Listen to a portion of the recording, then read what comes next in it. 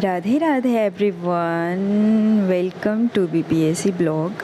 यहाँ पर early morning का 3:14 हो रहा था। इससे पहले मतलब मैं 3 बजे ही जग गई थी, बट 14 मिनट मुझे लग गया था फ्रेश होने में।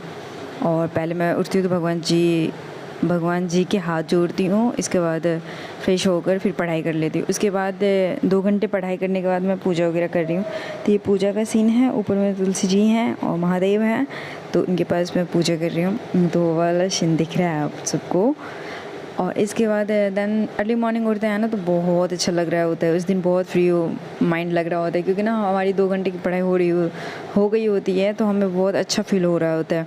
और फिर जस्ट नहाए, पूजा किए और फिर से पढ़ाई करने बैठ जाए। कुछ थोड़ा सा हल्का खा लेती हूँ, क्योंकि पढ़ते बहुत ज़्यादा भूख लग जाती है। मैं खाती नहीं है ना उस टाइम, मॉर्निंग के टाइम थोड़ी सी पूजा करनी होती, तो इसलिए बाद में कुछ खा लिए और खाकर पढ़ने बैठ जाऊँगी। यहाँ पर ये चीज़ हुई थी कि मेरा ना क्रोन का जो पोर्शन है एंशिएंट वाला, वो कंप्लीट होने ही वाला था। 2-4 पेज बच गया था, तो उसको मैं पीछे से रिवाइज़ कर रही थी। एक बार रिवाइज़ कर लूँगी ना, एंशिएंट वाला पोर्शन अभी चल रहा है, तो रिवाइज़ कर लूँगी तो वो अच्छे से कंप्लीट हो जाएगा ना, तो फिर आगे भी करने में सही लगता है। अब मैं सोच रही हूँ कि जो भी यहाँ से एंशिएंट अगर कंप्लीट करूँगी तो एंशिएंट पूरा कंप्लीट हो जाएगा।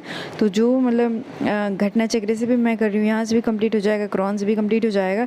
तो मैं सोच रही हूँ इसको मतलब जो भी जितने भी टेस्ट हैं ना, उसमें एंशिएंट से पोर्शन से पूछा गया, तो उसको अच्छे से मतलब लिख लेंगे। और यहाँ पर मैं फ़ोन के चक्कर में रोटी जल गई थी नीचे से। और यहाँ पर मतलब 9 बजे हम खा पी कर बैठ गए थे फिर से पढ़ने। अब देखिए 3 बजे जगे थे, तो उसके अंदर में 2 घंटे की पढ़ाई भी हो गई थी। इसके बाद नहा धोकर पूजा सब भी हो गई, खाना भी बना ली, खा भी लिया, और इसके बाद 9 बजे फिर से बैठ भी गए पढ़ने। अब यहाँ मैं 9 बजे से पूरे 2 बजे तक फ्री रहती हूँ पढ़ने के लिए। उसके बाद खाना वाना बनाती हूँ, तो अच्छे से पढ़ाई हो जाती है। अगर अर्ली मॉर्निंग जगते हैं, मैं मतलब हूँ कि अर्ली मॉर्निंग जगना मुझे अच्छा लगता है, तो अर्ली मॉर्निंग में जग जाती हूँ तो मेरा दिन बहुत अच्छा जाता है। बहुत अच्छी पढ़ाई होती है, बहुत अच्छी, मतलब 8 घंटे से भी ज़्यादा हो जाती है। बट और यहाँ पर ना कपड़े थे, जो मैं पूजा मंदिर गई थी ना उस दिन, तो वो कपड़े बाकी ही थे, क्योंकि इन सब के कपड़े में ना थोड़ी सी धूप लगनी होती है, क्योंकि हमें रखना होता है फिर से कभी कभी पहनते हैं, तो धूप लगानी होती थी, तो इसीलिए अच्छी धूप आ नहीं रही थी, तो मैंने धुला नहीं था। तो अब आज धूप आ गई थी, तो सोचा कि धो लेती हूँ, और अच्छे से सूख जाएगा तो हम इसे पैक करके रख देंगे। तो वही छत पे गए थे, छत पे बहुत तगड़ी धूप हो रही थी। और ये शाम का टाइम है, शायद 6 साढ़े 6 बज रहा होगा। उस टाइम ना घटना चक्र के बुक सारे फट गए थे, मतलब ऊपर से ना 3-4 पेज ही गायब हो गया था। मुझे तो 10 मिनट लगे ढूंढने में। पेज ढूंढा पहले, फिर उसे पिनअप किया, और फिर उसे टेप लगाएंगे बहुत अच्छे से, ताकि उसे टेपिंग कर देंगे, ताकि वो फटे ना।